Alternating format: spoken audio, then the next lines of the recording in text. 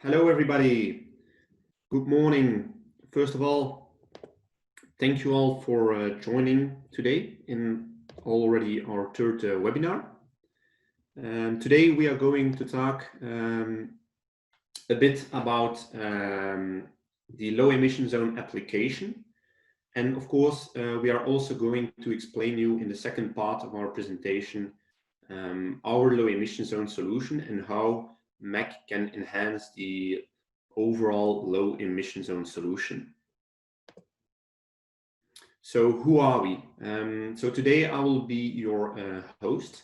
So my name is Pierre Boutene, International Business Developer at Macq. I will be your host during this webinar. I will also come into the presentation again at the end for all your questions. So if you have any questions during this presentation, feel free to ask any questions with the chat function or with the Q&A function within this webinar tool. We will then try to reply to all of your questions within the Q&A session. And if there are questions that we have not had any response to, we will then reply to them by email. So thank you all for that. So Christoph Staat will be the low emission zone enthusiast. He is going to give the presentation about the low emission zone application and also about our solution. Okay. So before starting the presentation or the webinar itself on the low emission zone, for the people who do not know yet, we are going to give 10-second introduction about our company, Macq itself. So Macq is a company, a Belgium-based company that was started in 1923, so almost a century ago. And today, Macq is mainly active in the smart mobility and ITS market. However, of course, almost a century ago, we didn't start with this. We started with mainly engineering. And today, since 2001, we are one of the market leaders within the ANPR market business. And today we are with a team of over 100 people, and we are agile and innovation driven always. This is our key. All our solutions are based on innovation, and we are always looking for new solutions. So I will now give you the word to Christoph Staat, our low emission zone expert. Yes, thank you, Pierre, very much for this introduction. Also from my side, hello and welcome, herzlich willkommen. Pierre said good morning. Of course, there are also some Malaysian guys who are attending. So also for you, it's not good morning, of course. So hello to everyone.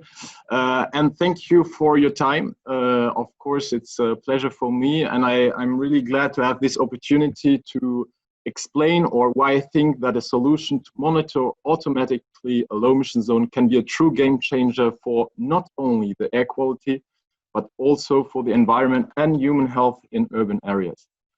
So before I start, I would like to share two facts which are of course quite relevant for this topic, low emission zone.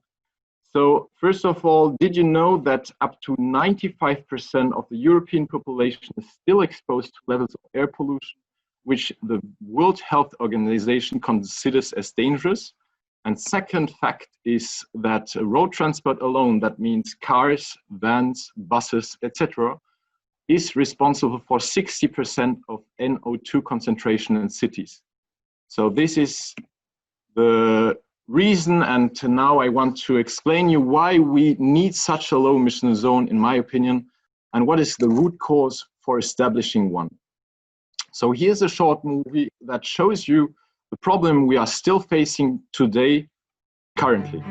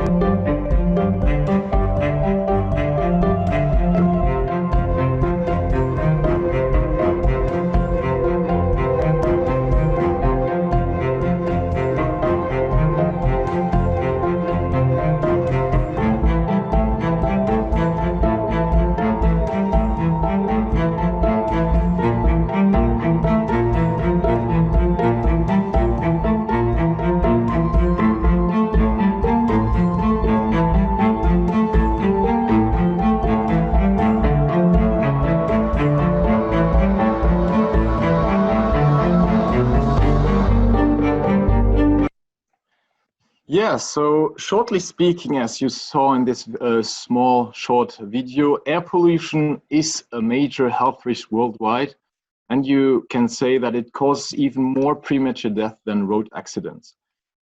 Of course, road transport is one of the main sources of air pollution in urban areas, and because of this health risk, the overall objective of a low emission zone is to improve air quality by restricting or financially discouraging access for polluting vehicles to a certain urban area. According to Transport and Environment, it is Europe's leading NGO campaigning for cleaner transport. Low emission zones are the fastest and most effective air in our cities. People want to breathe clean air and demand action from politicians now. So what is the current situation when it comes to low emission zones? So first, World Health Organization established air quality guidelines which provides thresholds for health harmful pollution levels. Many countries around the world, but also as well as in the European Union, have set their own air quality standards. Here are some examples of pollutants limit values from both, so the World Health Organization and the European Union. And the World Health Organization guidelines are set for the protection of health and are generally stricter than the comparable politically agreed European standards. And on top of that, the World Health Organization is currently in the process of revising these guidelines, and it is expected that even lower limits will be recommended in the coming years. So at the moment, now where we speak, more than 310 European cities have already or plan to implement a low emission zone to comply to the European air quality standards. 25%, around 25% of these low emission zones are located in Germany and even 50% in Italy. But what is very important to know at this stage is that only very few low emission zones have an automated enforcement solution yet. For example, in Germany, you need to buy a sticker for your car, and the police checks manually if the proper sticker is displayed in the windscreen. So until now, low emission zones had already a positive impact on air quality in many European cities. Many assessments and research studies highlight this fact and prove that low emission zones work. For instance, as you can see, so Berlin has been able to reduce NO2 emissions by 7 to 10%, Lisbon by 22%, and Madrid, it's the top score of in Europe, it's even by 32%. But there are still many cities worldwide struggling with air pollution, especially with NO2. That means that reducing diesel emissions, so diesel cars, is especially important. It's crucial. For instance, in Paris, road transport accounts for 65% of NOx emissions and 36% of particulate matter 10. So according to a survey from Ipsos in September 2018, many people are keen for stricter regulations and for implementing a low emission zone to tackle air pollution. And so before I give you the result of this survey, I would like to carry out a quick poll with all of you. So here's the question. To what extent would you support the decision to restrict access of high emission vehicles to city centers? And the possible answers are strongly support, somewhat oppose, strongly oppose. So now I will start the polling, and I invite you to vote and to say what is about low emission zone.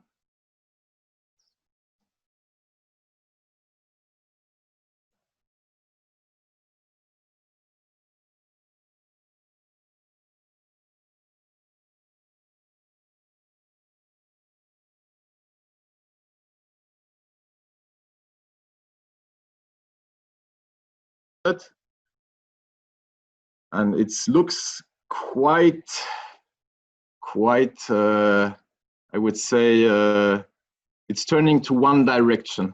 So let's see. I will wait some few seconds still more. Okay. Looks great. Looks great. There are very few. I would say few seconds more, and because the result is already quite clear. Is it quite clear?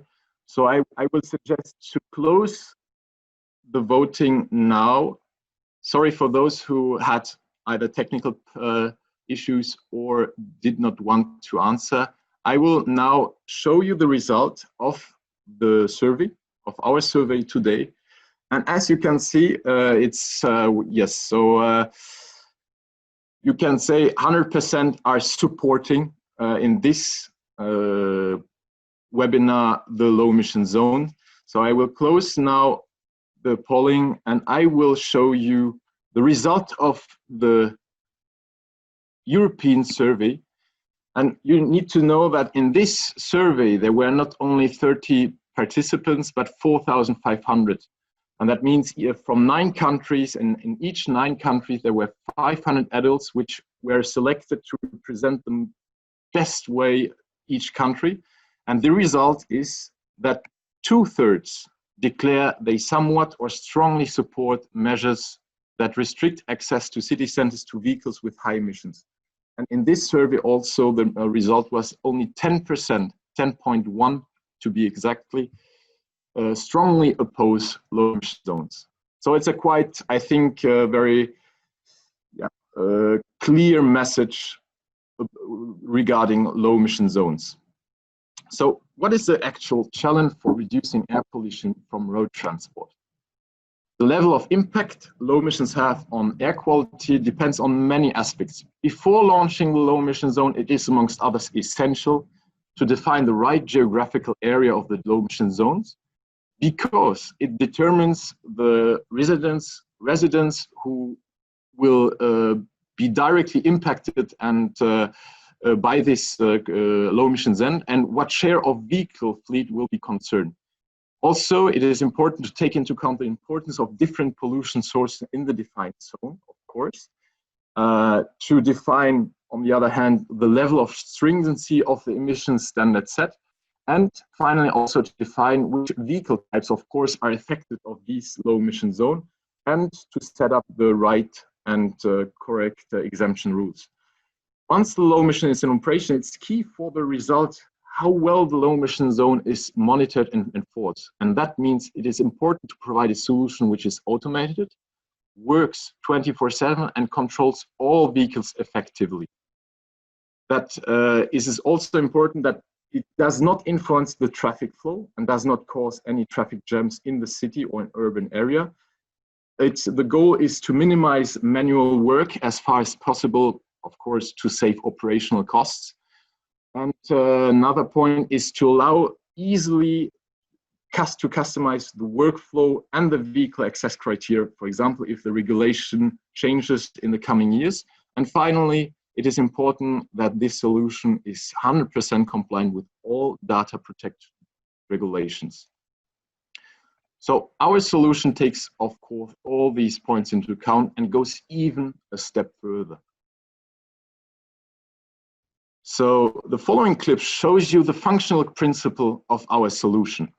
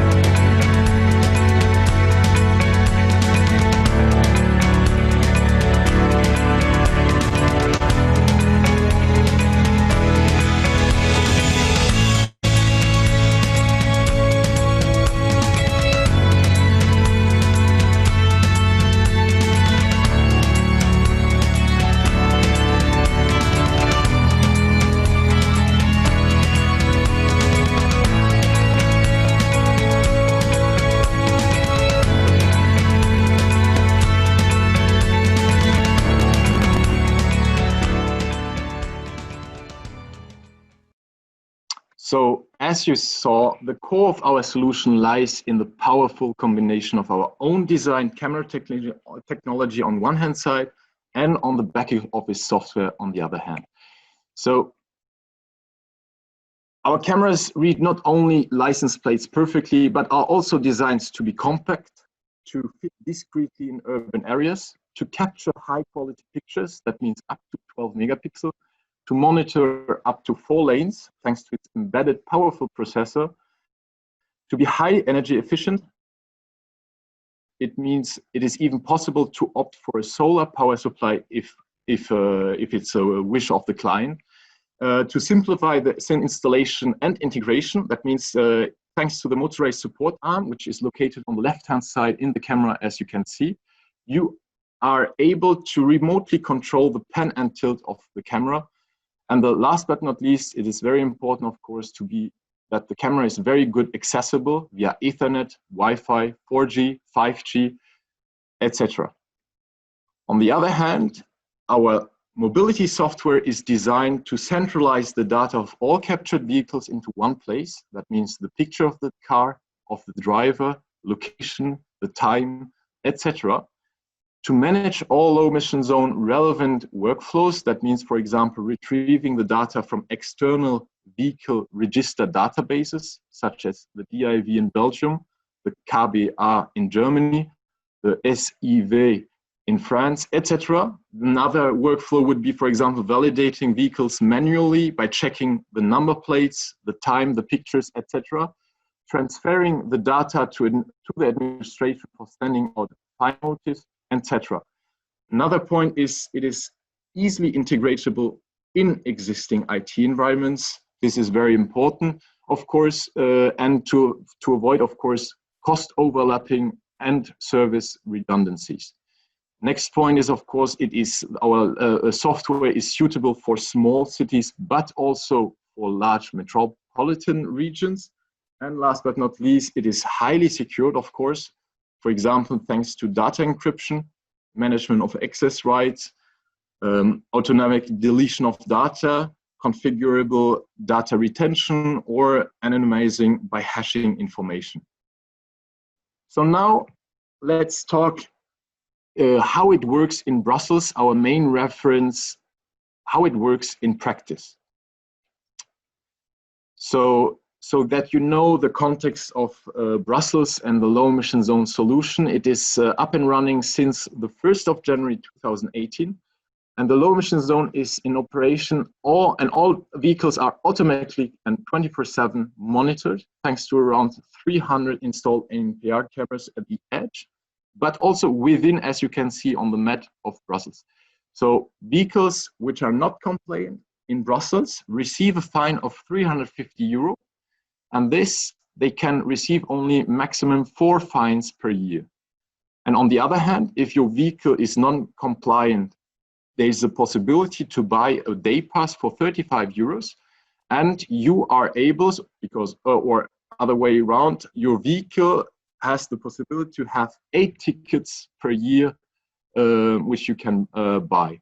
And what is very interesting in Brussels, you can even buy your ticket 1 day after the trip into Brussels. And of course, whitelist is taken into account. What does it mean? It means that specific cars, even if they are not compliant with the restrictions, for example, old timers, police, ambulance, etc., they can even enter the city and they don't receive any fine. So here it's a very interesting extract of the Brussels agenda for those who come from other cities. So you have a feeling what Brussels is going to do. So here's an extract of the agenda for diesel cars till 2025. So of course a vehicle in Brussels can or cannot enter the Brussels low emission zone, depending on its Euro standard, its fuel type and vehicle category. And as you can see, from 2025, only cars with Euro 6 at least are allowed to enter Brussels. And that means, on the other hand, that all cars older than or built older than 2015 cannot enter Brussels anymore after 2025. So To explain you very briefly and in a schematic way how the system in Brussels actually work in practice. Of course, first of all cameras are capturing the vehicles. Then the pictures and metadata are sent immediately and constantly to the city's database, so from the database from Brussels, and from there directly to the city's administration. Then once per day, so this is in Brussels the case, of course it can be configured, but here it is the case that once per day, it's all the unique license plate are sent via highly secured connection to the central vehicle register. It's called in Belgium the DIV. And for privacy reasons, location and time of each vehicle are removed from all requests. Then the central vehicle register is sending either automatically or manually, can be immediately or one day afterwards, the corresponding vehicle data. That means for each vehicle, the system knows which vehicle category, the fuel type, and the Euro standard class, and it sends to the city administration these information.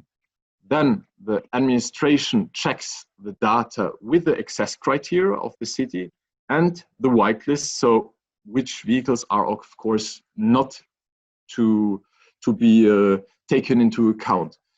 And then once that the administration checks, if it's checks, then it sends, if the vehicle violates the low emission zone restriction, then it sends the information immediately to the city's database. And afterwards, a police officer validates manually each violation within the defined data retention period. In Brussels, it equals 30 days. So within this period, the police officer needs to validate. And finally, if the police officer checks and everything is right, is correct, the fine is sent out by the administration itself. So this is the simple and compact way how it works in practice in Brussels at the moment. So to show you also some results of Brussels. So after 2 years of operation from beginning 2018 until end of 2019, you can see that the share of vehicles impacted by the low emission zone criteria had decreased by 88%. This is, it's huge, I think, in my opinion. And the emissions are also very positive in the positive direction, because as you see, the NOx emission decreased by 11%, the particle matter 2.5 even by 11.5%, and black carbon even by 77%. And as conclusion, in Brussels, it is definitely possible to say that there's a clear positive impact. And it's interesting to know also that in Brussels, it is, thanks to the low emission zone, the first time that the European air quality standard for NO2 has been undercut. So now, after the presentation of how it works in Brussels, I want to show you a short case study of Germany, because it is a country which is very committed, also with other countries, of course, but I will take this example. It's very committed and challenging country when it comes to data protection. So in Germany, it's very recently, so that means only in March 2019, so last year, the German parliament allowed to use ANPR cameras for the automated monitoring of the diesel driving bans. So there are restrictions, so the solution must meet the following conditions. So that means only mobile camera solution is allowed for checking vehicles on a random basis. License plates need to be compared with the data from the German Central Vehicle Register database, which is called the KBA. The stored data needs to be automatically and immediately deleted, but after 2 weeks at the latest. And all the low emission zone related data can be processed. That means the image of the driver, of the vehicle, the number plate, the vehicle data retrieved by the KBA, and of course also the place and time. As you can see, or the comparison between the solution in Brussels and in the German, what is allowed in Germany, is quite similar. So that means the only actual difference between both countries, both solutions, is that you need to use mobile cameras. You need to have the image of the driver, and you need to have a data retention period of maximum 2 weeks. Macq is able, of course, to provide such a solution, as we offer already a mobile camera solution. We can extract also the image of the driver, and the retention period can be easily configured. This is, of course, for us not a problem at all. And so here's how the implementation can look like in Berlin. This is an example of a street, Friedrichstraße in Berlin. So you see the police officer, our mobile camera, very, of course, compact to suit in the car. We have a box, etc. So this is, everything is designed for, of course. And there's a wireless connection to the KBA to have all the data, necessary data to know which vehicles are allowed and which not. So to close this webinar, I want to say what are the key takeaways, key messages of this webinar.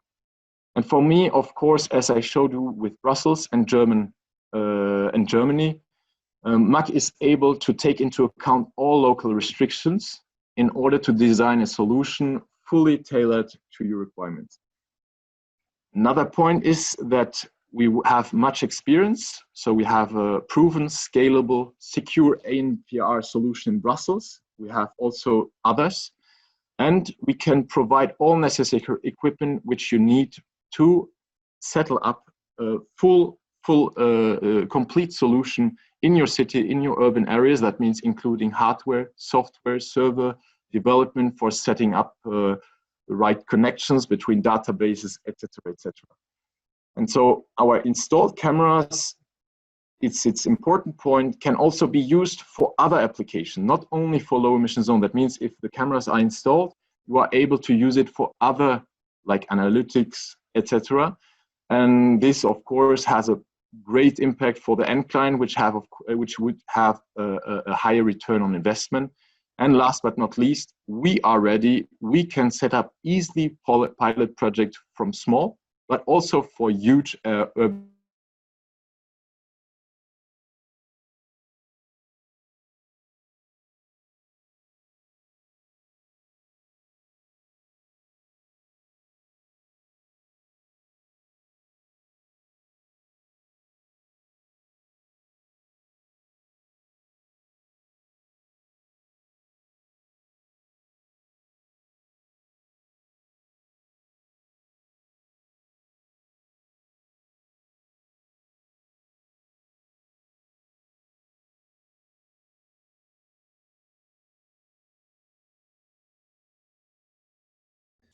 For the low emission zone include both the hardware and software, or only one of both of them?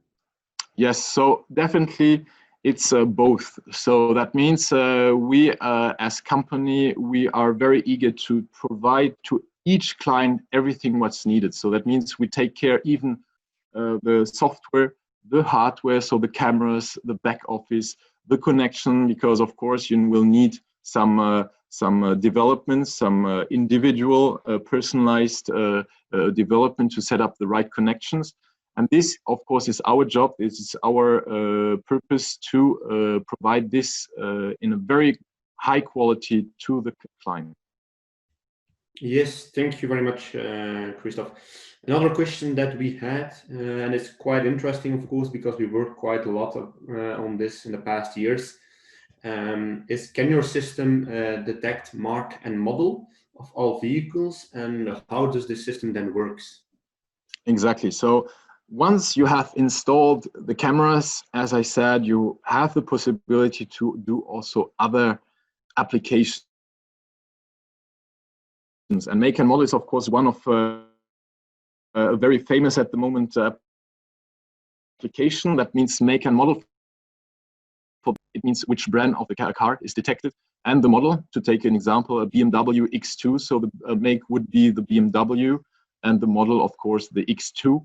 And so our cameras, it is embedded. So that means our cameras are already ready to recognize these kind of information automatically and instantaneously. That means our powerful embedded processor in the camera has the possibility to capture all these information and can be sent via each, I would say, protocol you want to a central database, to a central server where you can analyze, where you can see, say, for example, in my city, in this part, there's 10% now of electric vehicles thanks to this make and model, and you recognize a slight increase in electric vehicles, which can, of course, be interesting for urban planning, because if you want to install like recharging stations, it could be very important to know what is the current fleet of electric vehicles in your urban area.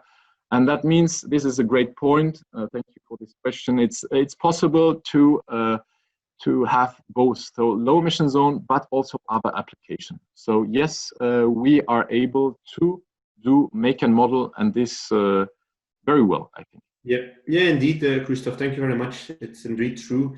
I also want to repeat that, so our cameras have quite strong GPUs, processors inside of the camera. Different NVIDIA processors are inside of our cameras, and that enables us to do AI algorithms and so on, all on the camera itself, so on edge, which gives, of course, a big advantage for data transmission and so on, data security. So we are quite strong in this. Our cameras are completely future ready. We are one of the first in the world who work on GPU based and can do mark and model on the camera itself for example, up to 4 lanes. So this is quite interesting. Another interesting questions, a question that we had, Christoph, that came in a minute ago is, do your cameras work in night without restrictions? Yes, so especially for low emission zone, it's of course no problem at all. What you need, of course, to see is the car, the license plate, in some countries also the driver. And what we are able since several years is to capture also during night, and even very hard, in very hard condition without any public light. So that means, as you probably know, all license plates are infrared reflecting. That means our camera has infrared lights, flashes embedded, integrated.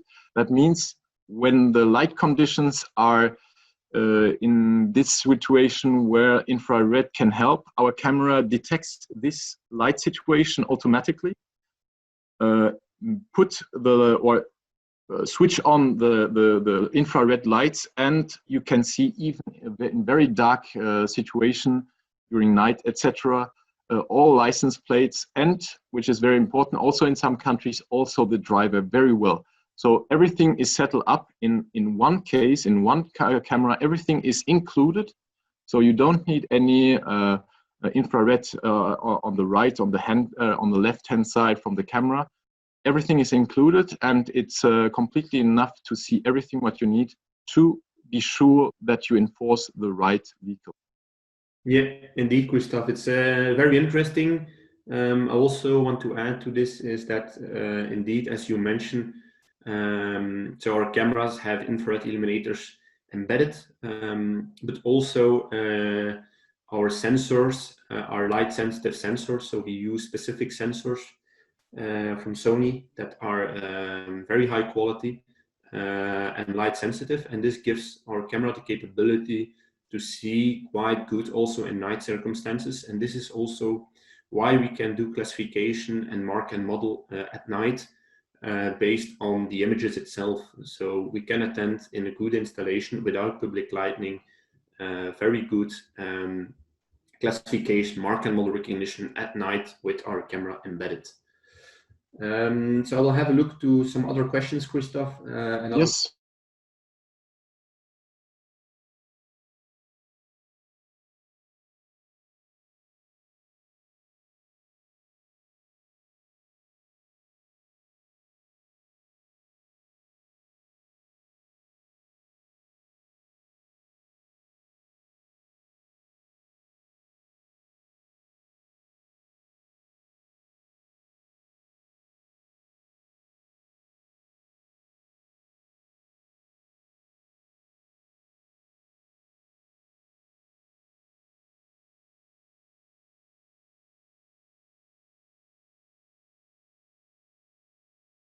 on a very open architecture, which allows to have an integration which is very easy.